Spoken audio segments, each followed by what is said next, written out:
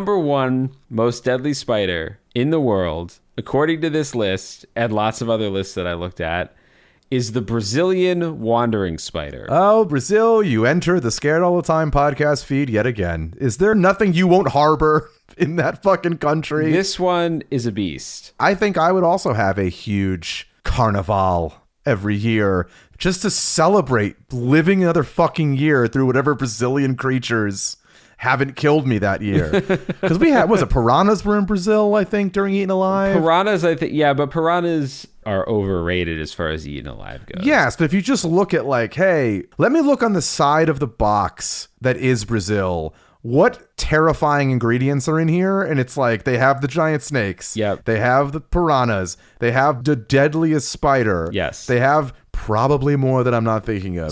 So the Brazilian wandering spider has poison that is 20 times deadlier than that of the black widow spider if it gets into your bloodstream.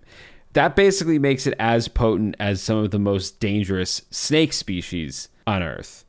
If you get bit, you might lose muscle control. You might have trouble breathing. You might have your respiratory system become paralyzed, which means you would asphyxiate and you would die.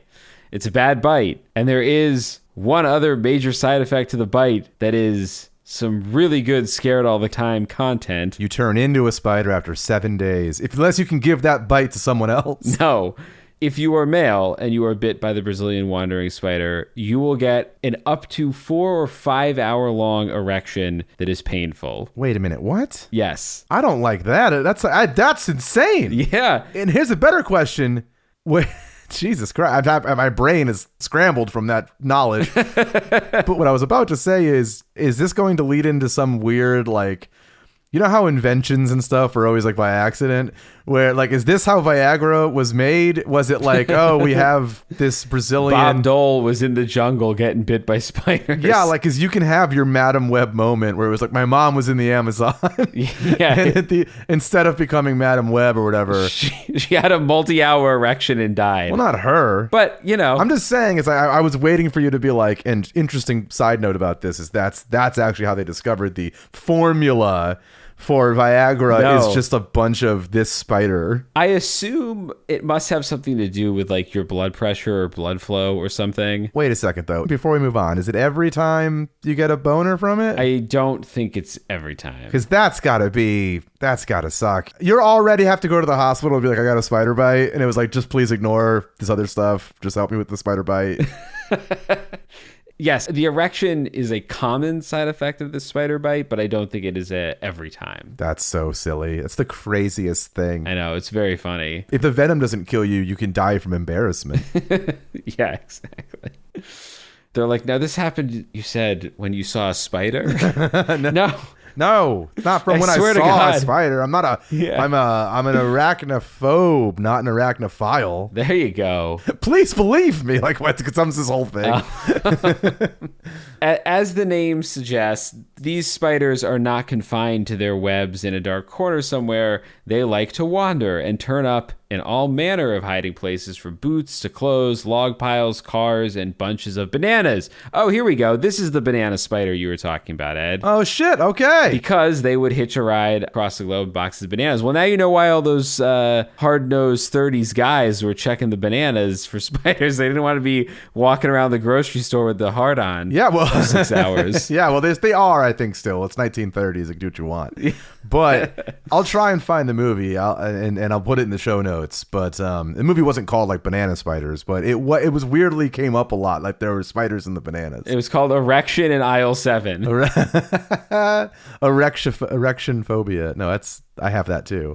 But no, I'm glad it came up organically that we got to the source, the root source of banana spiders. Yes. And I looked them up. They're not as scary looking. They're not by any means the scariest looking spider we've seen, which, no. Nothing to prove, per usual. Nothing to prove. According to the Arachnology and Entomology Department at Burke Museum in Seattle, quote, sources state that over 7,000 authentic cases of human bites from the Brazilian wandering spider have been recorded, with only around 10 known deaths and about 2% of cases serious enough to need antivenom. Oh, so even with 20 times the toxin or whatever, you still might not die? Yeah, it's 20 times more powerful, but, that's if it gets into your bloodstream, and I assume not all bites enter the bloodstream. And... This is probably going to come up, I guess, or it won't, and we'll just never have the answer. Is there a reason they're biting people? Like a mosquito, they want that blood. You know what I mean?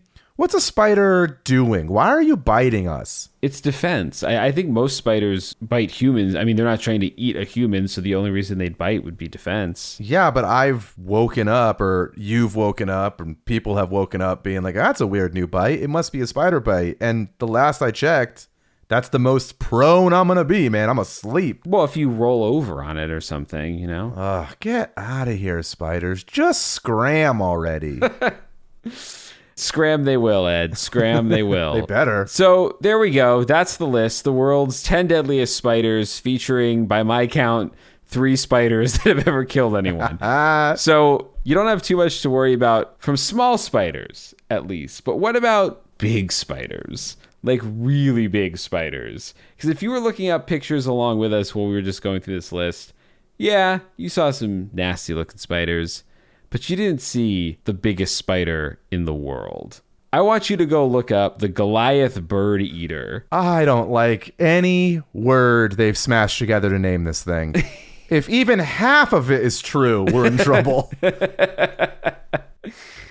I mean, it's basically the biggest fucking tarantula you've ever seen in your life. This thing would ruin my whole day. I don't care who you are, how chill you are about spiders. If you see this, you will go the opposite direction. It's big, it's brown, it's fuzzy, it can weigh up to 6 ounces, it can be 5 inches long. The only spider that gets bigger is the giant huntsman spider because the huntsman has longer legs, but by body size, this is the biggest spider. Just to give people an idea, 6 ounces, okay? That's over a quarter pound. Yeah. So it weighs more than a quarter pounder from McDonald's.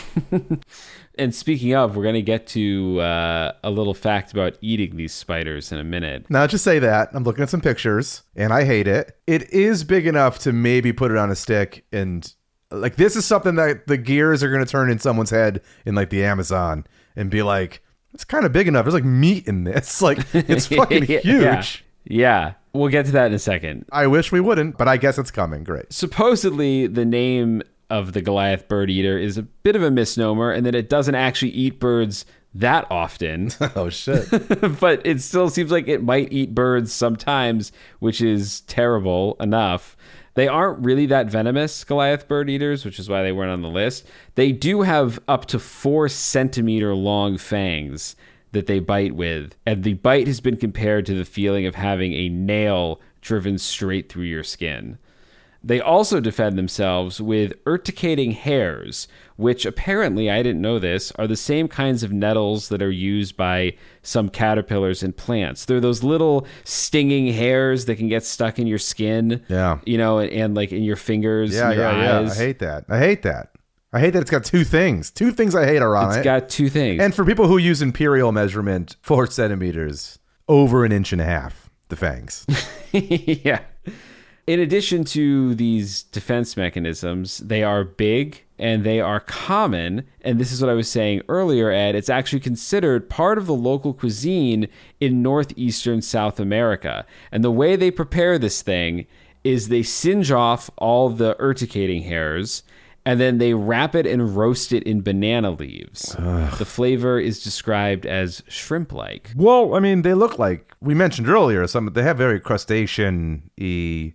I mean, they've got to be on the 23andMe spectrum with like crabs and stuff, like because crabs look like sea spiders. I don't have all the facts in front of me because I did end up finding a place for it in this episode, but for a long time there was a fossilized genus, I think, of spider that people thought was like, oh my god, this would have been the biggest spider in the world that ever lived. It wasn't man-sized or anything, but it was like small monkey size. It was a big fucking spider.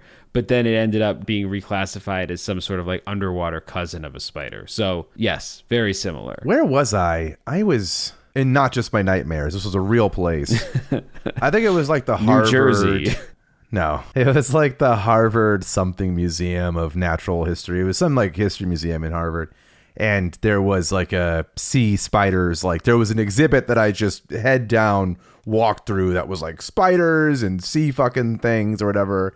And yeah, there was like I think it was called a sea spider, and it was huge and terrible, and I hated it.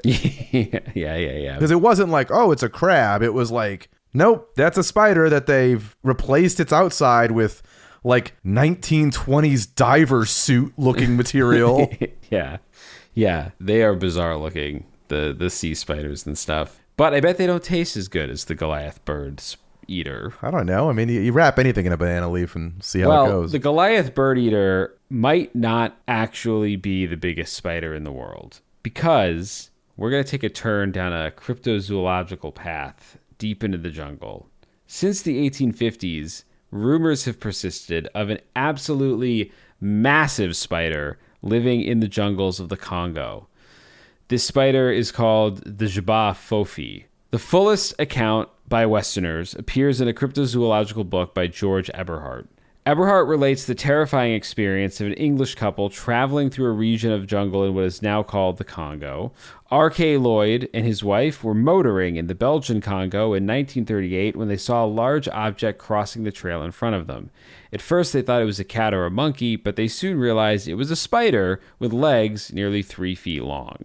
That report was followed up on by cryptozoologist William J. Gibbons, who in the 70s and 80s hunted for what some people think is a dinosaur living in the Congo called the Mokele Mbembe. And on Gibbon's third expedition in search of the Mokele Mbembe, he came upon natives who told him about their experiences with giant spiders. He wrote this, quote, "On this third expedition to equatorial Africa, I took the opportunity to inquire if the pygmies knew of such a giant spider, and indeed they did. They speak of the Jaba Fofi, which is a, quote, giant or great spider. They described a spider that is generally brown in color with a purple mark on the abdomen. They grow to quite an enormous size with a leg span of at least 5 feet. The giant arachnids weave together a layer made of leaves similar in shape to a traditional pygmy hut and spin a circular web, said to be very strong, between 2 trees with a strand stretched across game trails.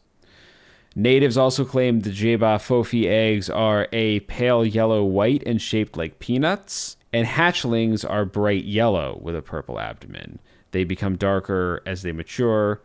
Some of the people indigenous to the regions in the Congo where the Jaba Fofi has been seen assert that the spider was once common, but has since become very rare." And they're standing by their story that this giant purple and gold spider, it was huge. They're saying it was giant. Yes, large enough to kill a man. This is a Belgian explorer? No, the first person to write about it witnessed it in the Belgian Congo because it was when the Congo belonged to Belgium. About to say, fuck King Leopold. Those Yeah. pieces of shit. But then Gibbons, I believe, was an American, and he was there in the 70s or 80s asking about these spiders. 1970s and 80s, not the 1870s Yes, and 80s. yes, 1970s and 80s. Okay, got you. In 2013, some night vision footage, you'll see it in the show notes, surfaced online of video that does appear to show a glimpse of the Jaba Fofi kind of scrambling through frame. I think the only thing that could be scarier than seeing a spider is seeing a spider in like night vision.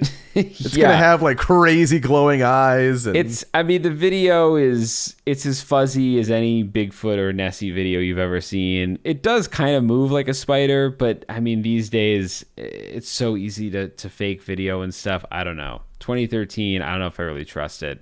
My instinct is that giant jungle spider is probably more realistic than most cryptids. yeah. But I did come across a really interesting explanation for why the Jaba Fofi probably doesn't exist. And it has to do with what we know about spider lungs. Why do we know anything about spider lungs? Because we have to study them in case they get bigger. We know how to defeat them. That's true. We do need to have all their weaknesses written down for generations to come. Yeah, so get this. Spiders have really delicate respiratory systems. There's actually 2 kinds of respiratory systems in spiders. Tarantulas have what are called book lungs because they look like thin, wrinkled pages of a book, and they aren't at all related to the kinds of lungs that evolved in other animals, or I shouldn't say, they serve the same purpose as lungs in other animals, even though they evolved separately. So the purpose of these lungs is that they exchange gas with the air the animal needs to breathe, but book lungs function without any motion, which is a really cool idea, a lung that functions without motion. It's weird they call it a book lung and not... They're like, oh, it's a book lung because it resembles pages of a book. Well, why isn't it just pages lungs? They're page lungs. I don't know. Yeah, well... Because Page Lung sounds like a German bodybuilder.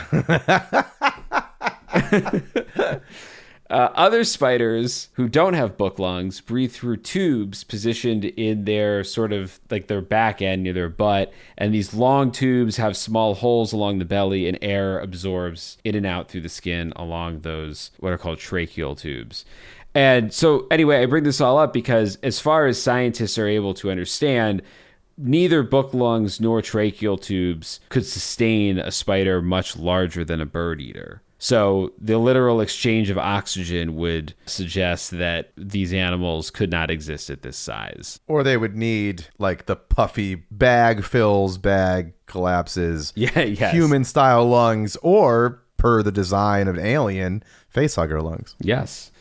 And that said, we are learning more about spiders all the time. We actually thought that spiders couldn't feel pain for a long time, but recent studies show that might actually be a misconception, that spiders do feel pain. So I'm gonna fucking keep making believe they don't. I want to believe that they do. That gives me a chance against them. No, I don't. I meant to absolve me of anything. That was for my conscience. So that if I killed it, it was like, well, it doesn't matter. I see. But I see for you, you're like, you can use it against them. Yes. Yeah, I just wanted it to be like, I absolve myself of any wrongdoing. It's like, motherfucker didn't even feel me step on it. Right, But right. you want it to be like, to extract information. Like, tell me where she is. I'll fucking close your lungs. Yeah, I can take their teeth. Oh, you want a little bit of this fire? And it's like, I know you feel this, motherfucker. Like, so you're a sick son of a bitch. I'm getting at. So who knows? Yeah, if spiders can feel pain, who knows what else we have wrong about them. Maybe they can become giant. But I wanted to wrap up with a story of a small spider that ended up being big dangerous. Sounds like a good movie poster. Small spider, Big dangerous. That's like, what if we let Alta Vista translate our posters to other countries? So this story comes from The Guardian, and it is a first-person recounting of a really brutal spider bite that is the kind of thing that gives spiders a bad name. So this guy writes, it was October 2012 when a group of us were watching football at my mate James's house in London. During the second half, I decided to help myself to a banana from the fruit bowl. Oh my God. Bananas are back. First mistake. Didn't check the bananas. I felt a pinch, and then my left hand became stiff. I showed my friends the bizarre black dot with a white ring around it on my hand. No one knew what to make of it. I started feeling peaky, so headed back to my flat in a cab. It's funny, this is like... the most British thing with our accents. Yeah, it's like somebody just like, they just did a find and replace for British slang or something. And I love that we're not even attempting, because I would A, never. we don't have to, and B, I don't think either of us are good at accents. No. As soon as I got in, I felt as if I had the flu and went to bed. My housemate, Travis, was in our flat watching a film in his room when I started having a fever dream and began screaming.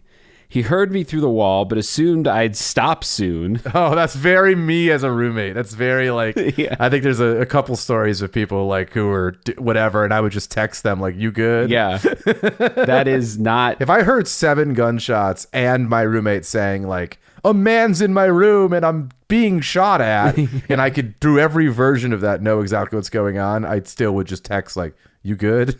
Like, I'm definitely not coming down there. Yeah, well, this guy didn't even do that. He put on his headphones and watched the rest of his film. Oh my God. When he pulled off his headphones during the end credits, he could still hear me shrieking and decided to check on me. So this guy was shrieking from what he says felt like the flu. The flu will fuck you up. Flu will fuck you Yeah, up. but does it make you scream? I don't know. I don't know if I don't think it makes you scream. I think it's, you might not have the energy. I mean, you're in a lot of pain though. If you have like proper flu, there's a lot of aches and pains. Yeah. For more than an hour, this man shrieked through the walls. Well, we don't know. Did it say it was an hour, or was it like the guy was 2 minutes from the end? It says he put on his headphones and watched the entire film. Oh, So- I thought it said like the rest of the film. It might have been like, oh, I'm not going to deal with his screaming right now. It's the climactic ending. Yeah, I don't But know. Well, if he's like, okay, if he's putting his headphones on, it says like a film by Martin Scorsese, then Yeah. he's depends on what's on screen at that moment. He's a pretty shitty roommate anyway. in any case, he could still hear this guy shrieking and decided finally to check on me. Not receiving any response to his knocking, he kicked down my locked door. So this guy goes from not helping at all to kicking a door in. Nice. Oh my God. Nice. Dude. This I don't mean to interrupt for this such a stupid thing. Did I ever say on the show, and maybe I didn't, maybe I said it in the show, I don't know. When I went home for like Christmas break or whatever, and I had a lock on my door because there was like people were going to be subletting and crap at one of my apartments in Boston, and I just didn't want strangers in my stuff when I was away. I put like a lock on the door, but I had forgotten to turn my alarm clock off that comes on every morning at like 7 a.m. And so I had come back to Boston from my Christmas break, and the door was kicked in and the lock was shattered and everything. And I'm like, what the fuck happened? And they're like, yeah, maybe don't go home and leave your alarm clock on. Yeah. That's brutal. So anyway, this guy has had the full welcome back from Christmas break treatment done on his door. So what happened next? Well, his roommate, he says he found me white, sweating, screeching, clasping my left hand, which had turned red and looked like one of those comical foam hands. He bundled me into a taxi to the nearest hospital, and thank God he did. As the nurse took my temperature, her eyes widened with horror. Soon I was being rushed into an ambulance to be seen by the tropical diseases team in a nearby hospital. Is it because he had an erection, like a crazy erection? Like what made her eyes go wide and knew like we got to get this guy to the tropical boys. My God, we need to get this man to a doctor. Right now. I was conscious in the ambulance, asking a million questions, but was out by the time we arrived. I went into what is known as hyperprexia, an extreme elevation in core body temperature. At 43 degrees Celsius or 109 degrees Fahrenheit, I had the ward's highest temperature that didn't result in death. Oh, wow. I regained consciousness shortly after an emergency operation to open up the wound to clean it and assess the damage. My arm was almost black, with track marks that snaked towards my shoulder, which I later found out was the potent venom from a female brown recluse spider, a cousin of the Black Widow. Wow. I had a boss once, this woman I worked for, who she got like a cat scratch, like a cat scratched her.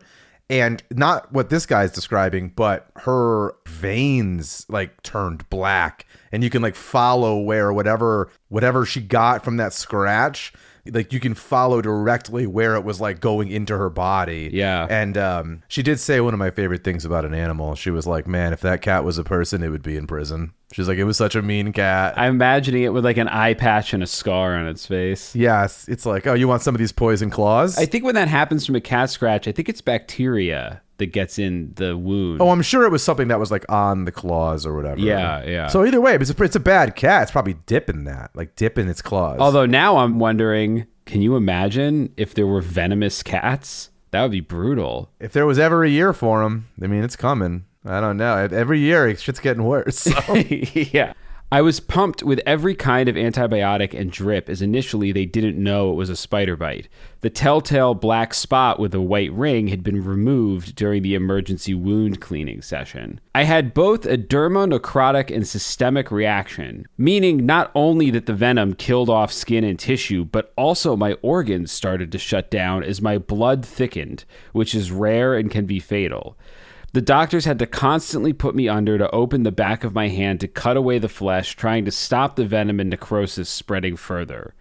They were also trying to work out what the venom was and pumping me with different drugs to bring down my temperature. After 2 weeks in hospital, the doctor recommended amputating the arm up to the elbow because of the risk of necrosis spreading to my heart. Yeah, but speaking of amputations, why do the British always amputate the in front of hospital? They always do that. It's, I'm in hospital. I'm going to toilet. Fuck off.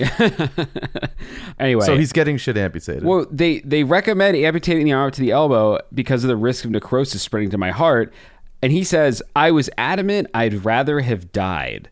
Which makes me wonder what the fuck he needed that arm for so desperately. Like what arm-based economy did he work in? I don't know. Like what? He's addicted to slot machines. He's like, no, God, no.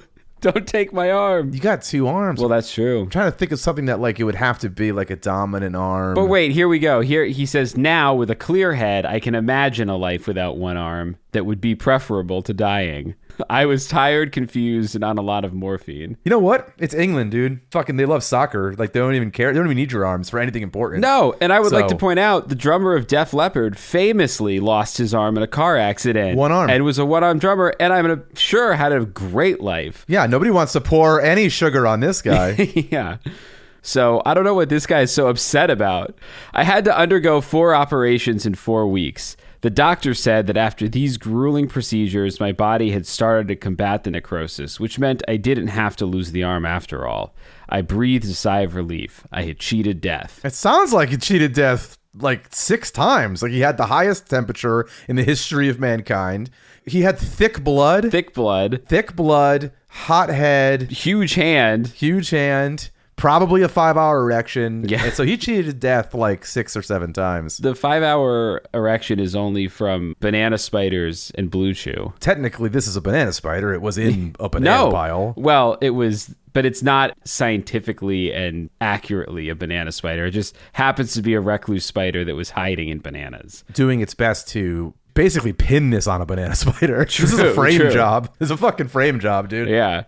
I had a skin graft from my thigh to replace the tissue I'd lost on my arm. That was the worst part of the experience. It was so painful. James didn't find out about the spider. James is the guy whose flat they were at watching the football or whatever. Oh, the guy who just has a disgusting spider-filled apartment? Well, he didn't find out about the spider until 3 weeks later. It was only confirmed when the hospital had ruled out all other options and cross-referenced photographs of the bite taken at the first hospital. So the first hospital, I guess, took a picture of the bite, probably knew it was a spider bite, but in the chaos, when they cut the wound, I guess the hospital that actually treated this guy had no idea. But anyway, when James did find out about his spider apartment, he had the whole place fumigated and then left 2 months later. I don't think he could cope with the anxiety. The skin graft took well, and after waiting for 6 months for it to fully heal, I was able to begin physiotherapy. My hand had been immobile for so long and had lost so much muscle that even twitching my fingers was agony. After a year, I got most of the dexterity back, but even now, I still can't feel the back of my left hand. I never got to see the spider that bit me, and I still don't know how it got into the fruit bowl. They say you never hear the bullet that kills you or see the spider that almost kills you. True. He doesn't know how it got into the fruit bowl, or the country for that matter. Brown recluses are native to North America. He finishes this by saying, I was never scared of spiders before, but after seeing a photo of what bit me, I now never reach into a bowl of fruit without looking first. So, lesson learned, if you come away from this episode with nothing else, check your fruit bowls, people. Check the banana bowl. Check your shoes. Like, not all the time, but like, especially if you're camping or something, always give a little look in the shoe if anything crawled in there before you put your foot in it. Yeah, so just check things. Check things. So, I mean, I'm happy the guy's, he's doing all right, and it sucks about his hand and all that stuff. But yeah, I mean, I guess a hardy gentleman if he's able to survive all that stuff. Yeah, he's a trooper. Well, Ed, that takes us to our favorite part of the show, the fear tier. Where on the fear tier would you place a fear of spiders? See, it's tough because if I see a spider, I'm like, ugh! You know what I mean? Mm-hmm. But if I'm thinking about spiders, I don't really give a shit. And I don't. Well, here's the thing. I go into the shed. I have a shed. And if I go out in shorts, my legs can feel that like I've walked into spider webs. Yeah. I don't freak out. I don't go crazy. I hate it. I find it gross. And if I see a spider, I'm like, ah! I'll jump back and like try and step on it or whatever. But yeah, I don't let it dictate my life. The idea of getting bit and my life falling apart because of it, yeah, that doesn't dictate. But I also won't fucking spend any amount of time in the spider section of a Discovery Museum or something. Interesting. I feel like a shed is not a thing that a man who fears spiders should have. No, they definitely... That's like a spider hot box. 100%. Spiders and mice. I don't know how they're getting along, but when I'm in there, I'll find like a new rat chewed or a mouse chewed through like a section of my golf bag, and spiders have fully taken over whole sections. We've established they don't actually make sounds, but I bet you if I walked in, they'd be like, "Sah!" You know what I mean? Because there's enough of them in there. Yeah. And then the mice are just walking around eating through everything. But it's like a real proper outdoor shed. It's not like a place you'd go hang out in. It's like storage only. Right. Well, I would say I hate walking through a spider web. It sucks. Much more than I hate seeing a spider or being around a spider. The physical sensation of going through the web is awful. Here's a web question. I feel like I see a lot of webs and not a lot of spiders in the webs. I feel like I see very rare. I'll see like the remnants of like a fly got caught or a bug or a leaf. But I don't really catch myself being like, hey, look at that beautiful, big, elaborate web and look at that spider crawling gingerly across it. I feel like I'm always running into them when they're not home. Yeah, maybe. I mean, I don't want to say that might be a city thing because I have no idea if that's true. But I know that back in Pennsylvania, in like my Nona's garden and other outdoor spots where I would frequent, I would definitely see spider webs with big, I don't know what species they were, but they were like big garden spiders that would be sitting in the webs. I feel like maybe in cities you get a lot more kind of like funneling spiders, or like, spiders that build a little web in a corner somewhere and they're not so much stretched out between leaves. Yeah, a lot of transient spiders. There's a spider web like in my shower, like above, like up in the corner of the wall in the ceiling, and there's been a spider just there for, I don't even know if it's alive. Well, so you see this spider all the time. So you're not totally... Yeah, I don't freak out. I don't get out of the shower. It's out of the way. Like, I can't get to it. But I'm also, like, a little concerned now. Like, why haven't you moved on? Good spot for bugs, I guess. Yeah. Maybe it likes looking at you. At least something does. So I guess by virtue of mentioning that, I guess it's pretty low. I don't know. But I'm talking about just fucking dumb spiders here. If I'm at the spider museum, like the museum section that has spiders, I'm not going to spend much time in there. And if I was in Australia or something and I saw like a real fucking spider, yeah, I'm not going to take that well.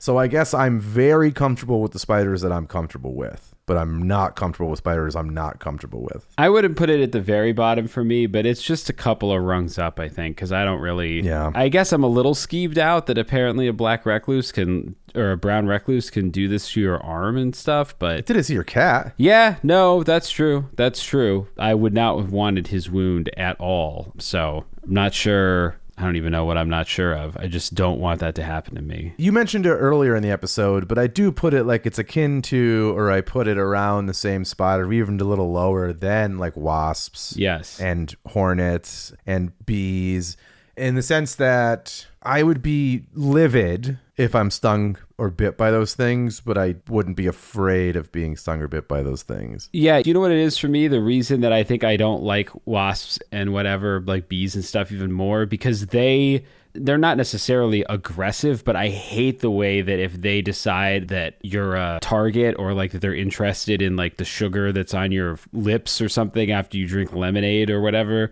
they just keep buzzing around and it's like they will follow you. And then that, to me, that's always like how you're going to get stung. Whereas spiders don't come at you, you know, except that one from Australia that we talked about. But most spiders, like they keep their distance. They're not coming up to you curious about stuff, which is what I think wasps and bees, I know they're not trying to sting me, but it's like that you want to get away from them and you can't. They like follow you. You really want to get away from them, and they have power over the air. Yeah. And so that doesn't help. And they always roll like a million deep. Yeah. There's never just a lone wasp being like, hello, I'm a wasp. Yeah, yeah. It's always like one wasp being like, oh, you see that guy over there? He's got sugar on his lips.